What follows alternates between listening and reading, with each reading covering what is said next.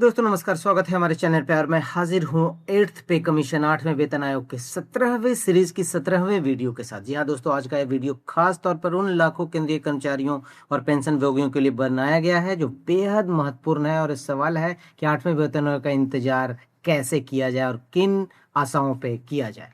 हाल ही में आप जैसा कि आप जानते हैं, एनसीजीसीएम ने सरकार को 8th सीपीसी के लिए अपना विस्तृत मेमोरेंडम सौंप दिया है, जिसमें कई बड़े और अहम बदलावों की मांग की गई है जो अपने हक के अनुसार केंद्रीय कर्मचारी सरकार से मांग कर रहे हैं। इस मेमोरेंडम में बहुत सारी बातों की, बहुत सारे फैक्टर्स का ख्याल रखा गया है और इसमें बहुत सारे मुद्दों पर चर्चा के लिए सरकार को समय भी दिया गया है।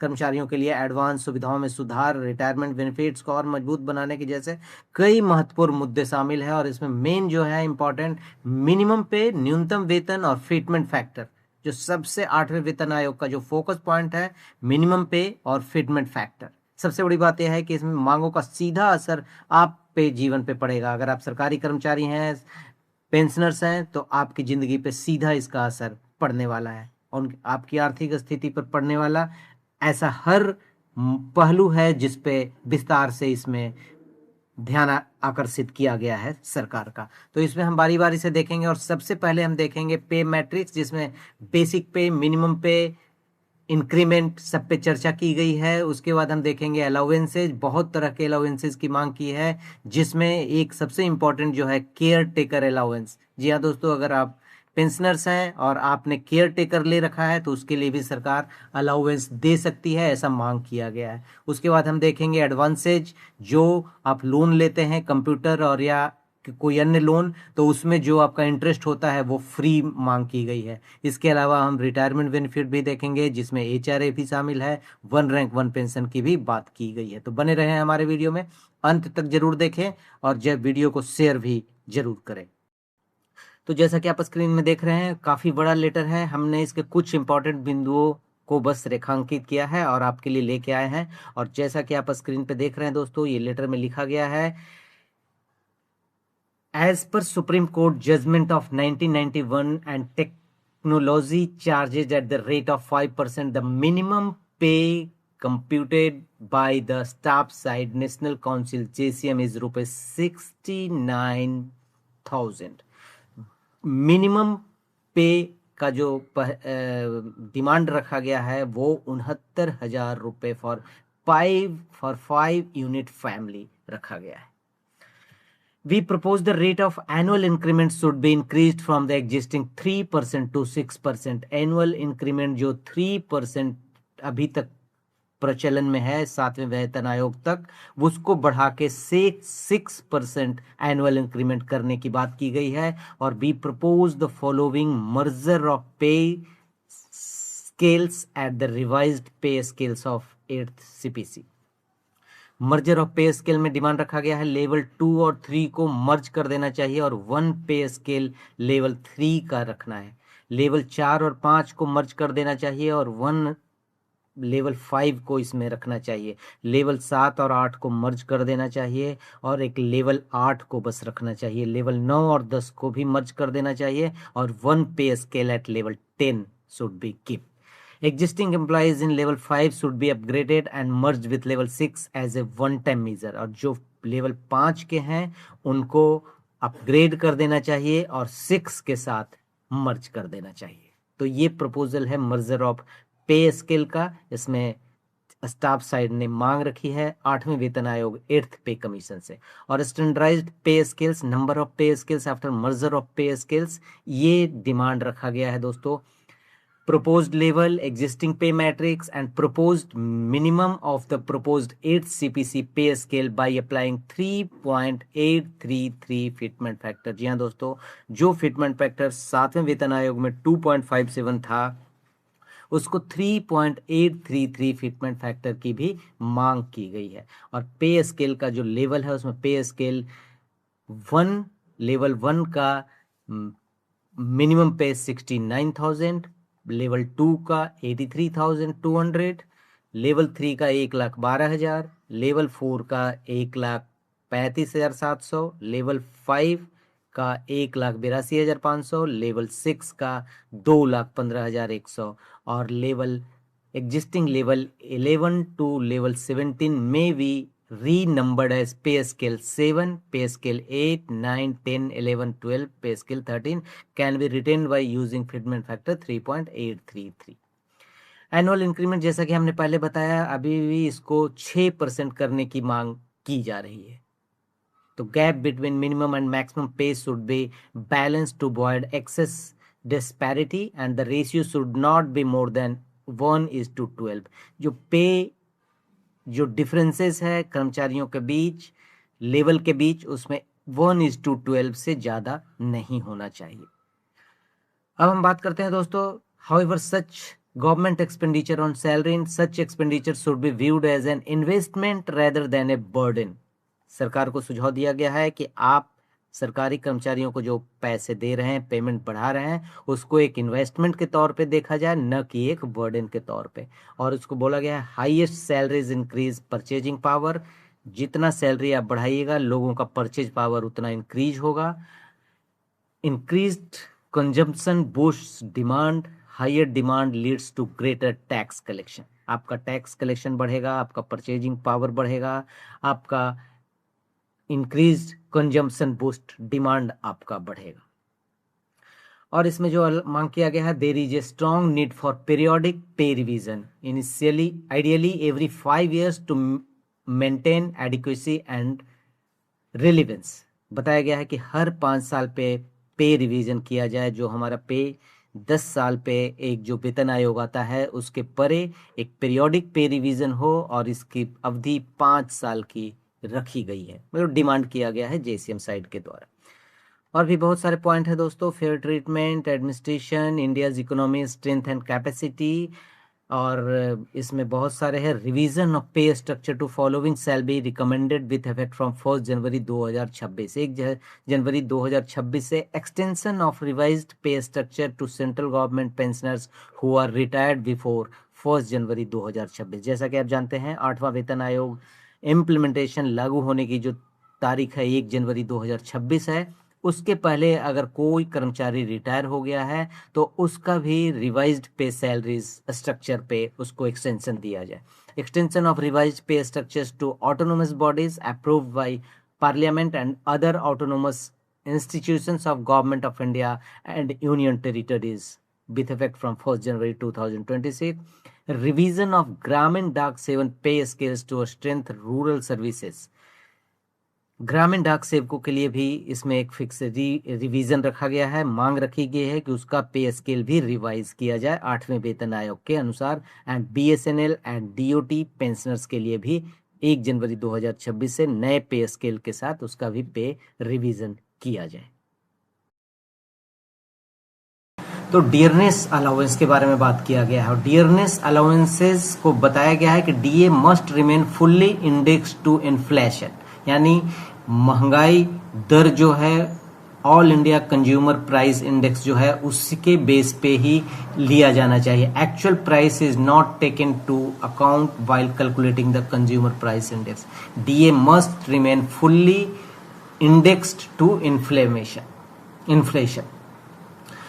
दूसरा बोला गया price data should be collected from open retail markets. जो प्राइस डाटा आप all India consumer price index में फॉलो करते हैं उसको ओपन रिटेल मार्केट से एक्चुअल वे में लिया जाना चाहिए। Point two point DA should be provided. इसका क्या मतलब हुआ? DA is rounded off to the lowest value. If the employees are eligible for 55.95% DA, the DA sanctioned is only 55% DA. बताया गया है कि जब हमारा DA डिसाइड होता है, कैलकुलेट होता है all India consumer price index के अनुसार, तो अगर कैलकुलेशन 55.95% आया है तो DA जो सैंक्शन होता है वो 55% सैंक्शन होता है। तो इसमें कहा गया है कि पॉइंट टू पॉइंट DA लागू होना चाहिए, मतलब 55.95% है तो 56% DA लागू होना चाहिए। अब देखते हैं दोस्तों allowances related to qualifications. Any central government employ acquiring additional qualification over and above the prescribed qualification for the concern post as per RR may be given 10% of basic pay as additional qualification allowance. जी हाँ दोस्तों, अगर जिस QR पे वो recruit हुए हैं, enrolled हुए हैं, उससे अगर ऊपर की कोई डिग्री हासिल करते हैं तो additional qualification allowance 10% of basic pay का उनको दिया जाना चाहिए। ये अलाउंसेज रिलेटेड टू क्वालिफिकेशन के बेस पे मांग किया गया है। Allowances related to additional duty और एक्स्ट्रा ड्यूटी और वर्किंग ऑन हॉलीडेज ETC। बहुत सारे कर्मचारी हैं जो एक्स्ट्रा ड्यूटी करते हैं, हॉलीडे के दिन काम करते हैं, संडे के दिन काम करते हैं, तो ऐसे लोगों के लिए फैक्ट्रीज एक्ट 1948 का हवाला दिया गया है और कहा गया है कि मे all be provided overtime at single rate on their basic pay and DA for every hour of extra work done over and above the actual working hours। जी हाँ दोस्तों, उस पे बोला गया है कि single rate on their basic pay and DA for every hour, हर घंटे के लिए एक सिंगल रेट उनके बेसिक पे और DA पे फिक्स किया जाए, जो एक्स्ट्रा ओवर टाइम करते हैं, जो ओवर एंड एबव वर्क करते हैं एक्चुअल वर्किंग आवर्स से। Allowances related to housing including HRA के लिए मांग किया गया है दोस्तों कि पॉपुलेशन ऑफ सिटीज के बेस पे सिटीज को डिफ्रेंशिएट किया जाए और उसमें बताया गया है कि 50 लाख एंड एबव जिस सिटी का पॉपुलेशन है उसको X में रखा जाए और उसको प्रपोज्ड जो HRA है वो 40% होना चाहिए। 5 से 50 लाख पॉपुलेशन वाले सिटी Y सिटी में आने चाहिए और इसका जो HRA है वो 35% होना चाहिए और जो 5 लाख से कम वाले जो सिटीज हैं उनको Z श्रेणी में रखा जाए और उनका जो प्रपोज्ड HRA है वो 30% रखा जाए। तो ऐसा मांग किया गया है दोस्तों HRA के बारे में, allowance related to housing including HRA। Next है allowances related to risk and hardship. Risk and hardship allowance को minimum may be paid minimum 10,000 रुपए पर मंथ रखने की बात की गई है and the same should be linked with DA rise that it automatically adjust with inflation. बोला गया है कि minimum 10,000 risk and hardship allowance होना चाहिए, जो रिस्क में hardship, ammunition, chemical, weapons ETC जो डील करते हैं लेबोरेटरीज में, हेल्थ केयर में, तो उनको 10,000 रुपए पर मंथ के हिसाब से रिस्क एंड हार्डशिप अलाउंस दिया जाना चाहिए और ये DA से लिंक होना चाहिए। नेक्स्ट है दोस्तों ट्रांसपोर्ट अलाउंस। ट्रांसपोर्ट अलाउंस को बोला गया है कि 3 times of the existing rate से 3 गुना बढ़ाया जाए ट्रांसपोर्ट अलाउंस को। मतलब जो ट्रांसपोर्ट अलाउंस अभी 1,800 रुपये मिल रहे हैं उसको सीधा 5400 रुपये करने की मांग की गई है।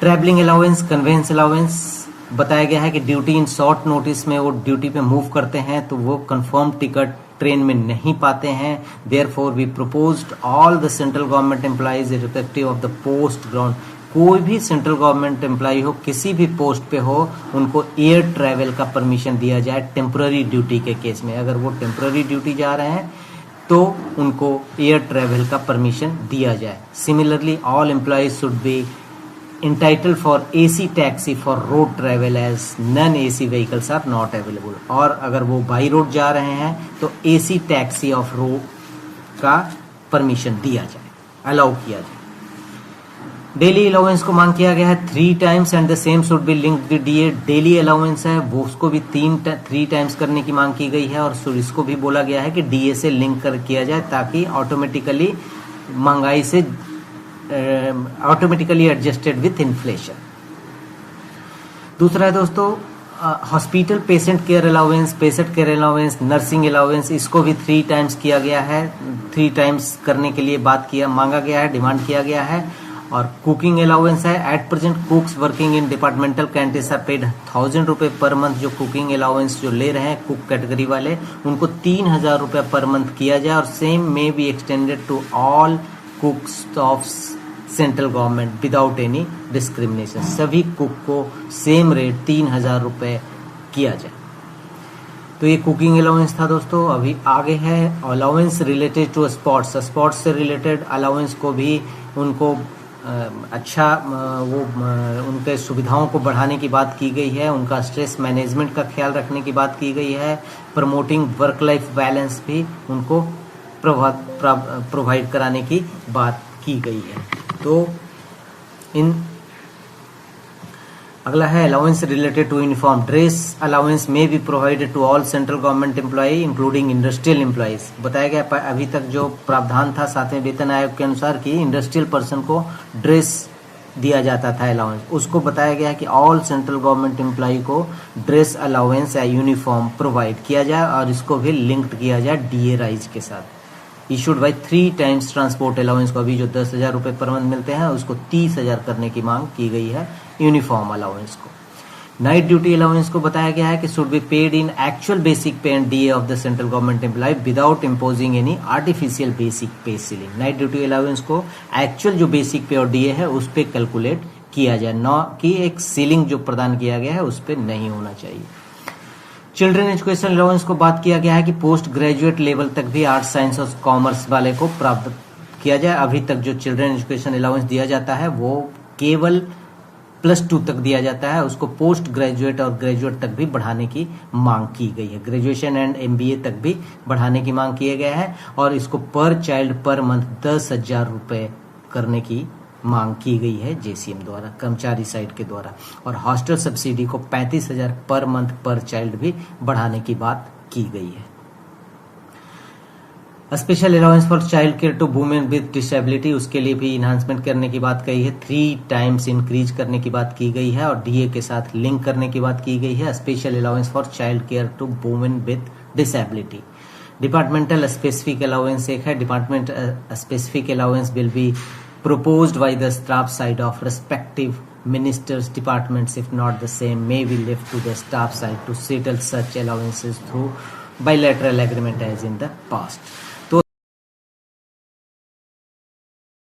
और ये एडवांसेस में कवर किया गया है दोस्तों, related to personal computer, related to house building advance and any other. क्या है इसमें हम पूरी विस्तार से देखेंगे और जैसा कि आप स्क्रीन पे देख रहे हैं दोस्तों, पहला है रिलेटेड टू पर्सनल कंप्यूटर और personal computer a maximum up to ₹2 lakh personal computer advance को 2 लाख रुपए तक की बढ़ाने की मांग की गई है। और ये भी कहा गया है the advance should be interest free, मतलब 0 इंटरेस्ट रेट पे कंप्यूटर एडवांस की मांग एनसीजेसीएम द्वारा स्टाफ साइड द्वारा 8वें वेतन आयोग से रखा गया है। दूसरा है दोस्तों related to house building advance. इसमें क्या क्या मुख्य मांगे की गई है, the rent per month even for a modest accommodation is beyond the capacity of the central government employees. बताया गया है कि आज एक रेंट पे घर लेना सेंट्रल गवर्नमेंट एम्प्लॉय या गवर्नमेंट एम्प्लॉय के कैपेसिटी के बाहर हो गया है, एक मॉडर्न अच्छी सुविधाओं वाला घर लेने के लिए। तो उसको बोला गया है construct an own house at a family early stage of their employment. तो उसको एक हाउस बिल्डिंग एडवांस उसको इनकरेज करता है अर्ली स्टेज ऑफ सर्विस में एक घर बनाने के लिए। तो उस घर के लिए मांग किया गया है कि HBA may be sanctioned as actual cost of the house flat subject to the maximum of ₹2 crore, ₹2 crore की मांग की गई है हाउस बिल्डिंग एडवांस के लिए। और the entire loan may be interest free, the entire loan may be interest free. तो इसकी भी बात की गई है दोस्तों, लोन भी 2 करोड़ का चाहिए और वो भी interest free house building advance.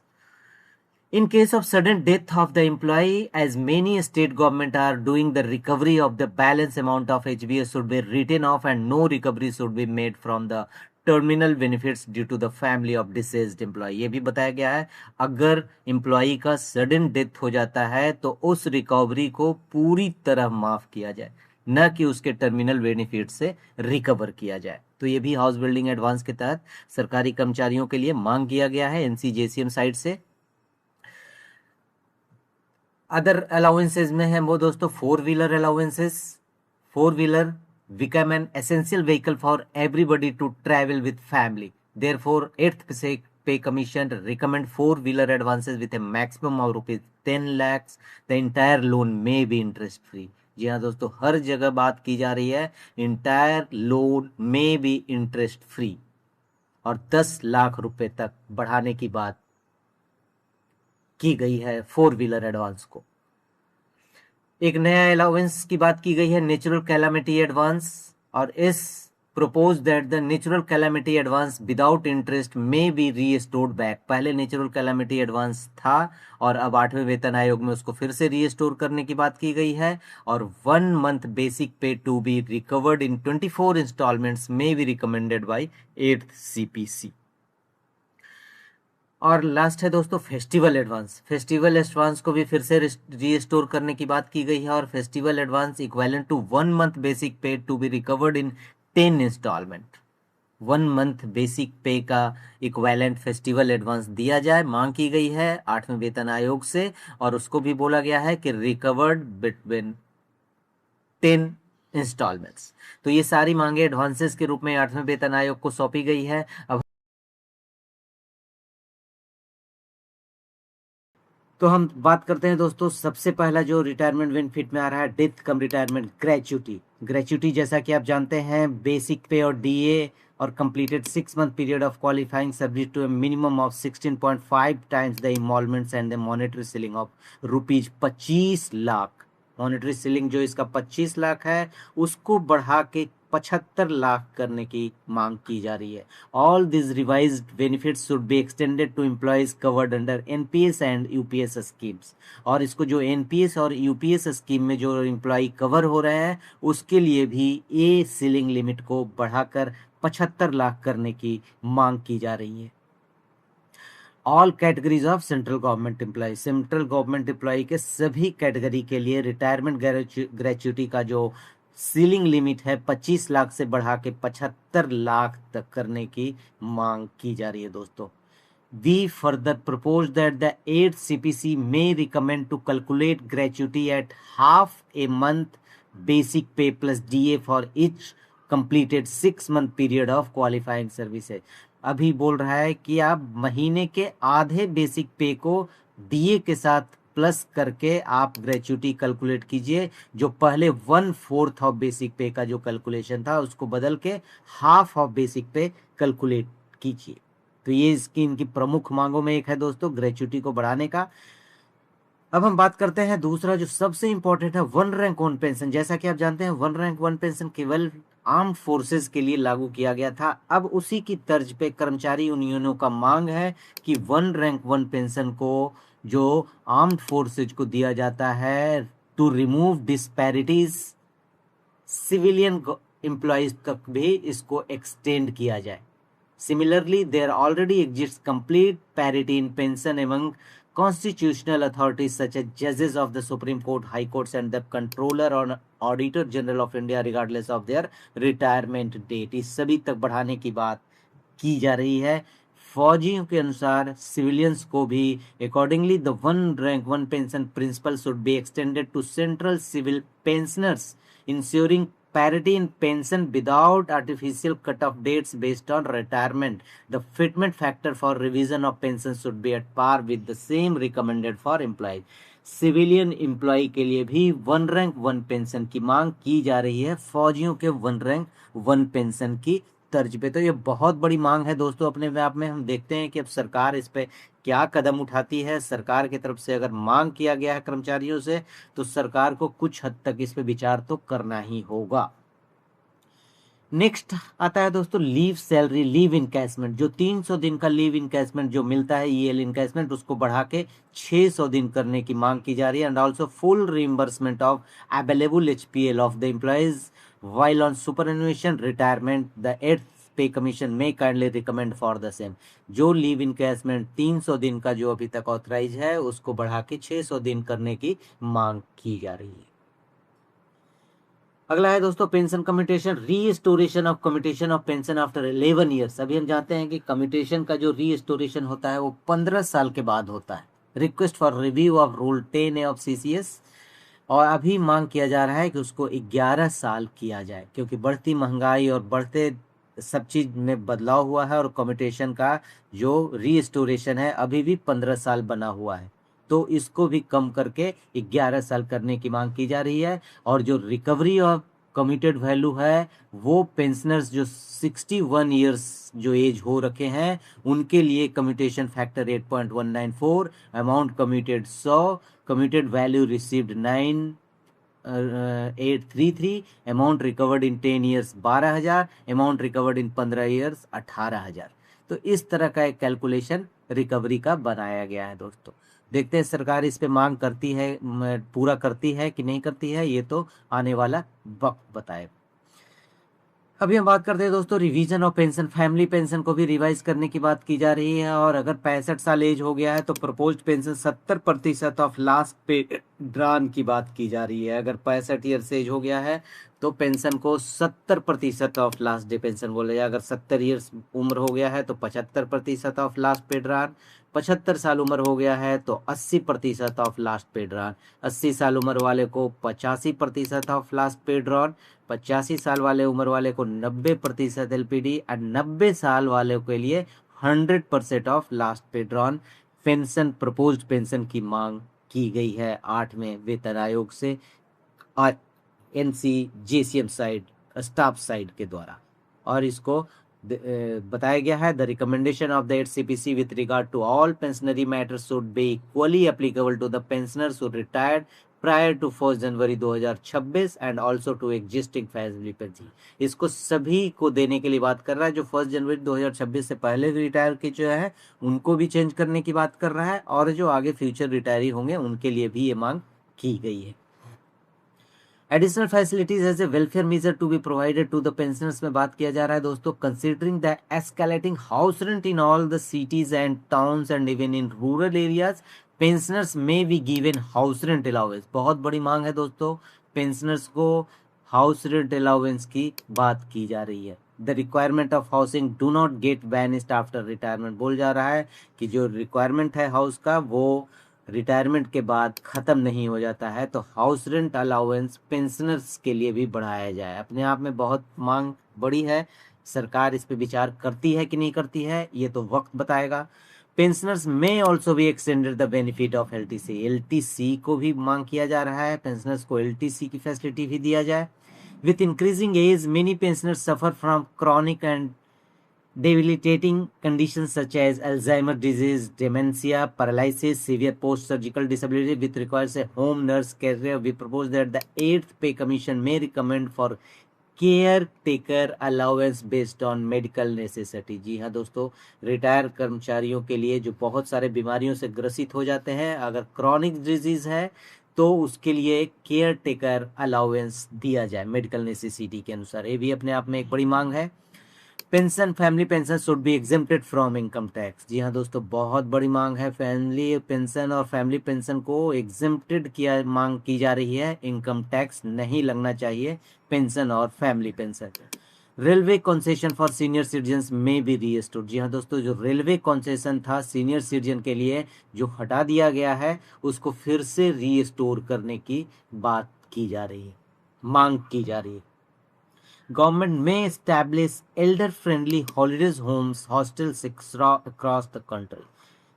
Government को एक एल्डरली होम या हॉलीडे होम या hostels across the country for pensioners के लिए एस्टैब्लिश करने की मांग की जा रही है। Physically disabled pensioner family pensioners may be provided physical assistance and the inevitable mobility cost as special allowance to visit hospitals diagnostic centres may be recommend. जी हाँ दोस्तों, जो फिजिकली डिसेबल्ड पेंशनर्स हैं उनको प्रोवाइड किया जाए physical assistance and the inevitable mobility cost as special allowance to visit hospital and diagnostic centre जाने के लिए उनको एक इनएबिलिटी मोबिलिटी कॉस्ट की बात भी की जा रही है, जो पेंशनर्स फिजिकली डिसेबल्ड है, जो चल फिर नहीं सकते।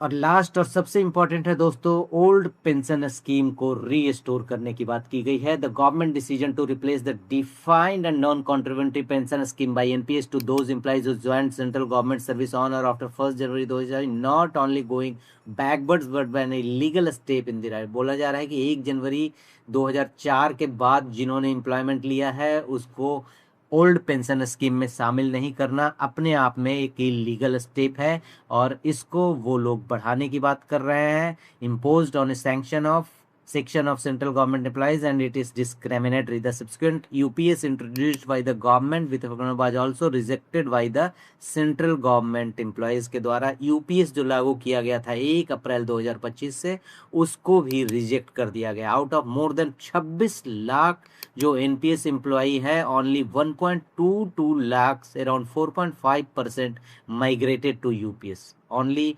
1.22 लाख यानी 4.5% ही जो है उसमें 1.22 लाख है, अराउंड 4.5% माइग्रेटेड टू यूपीएस, जो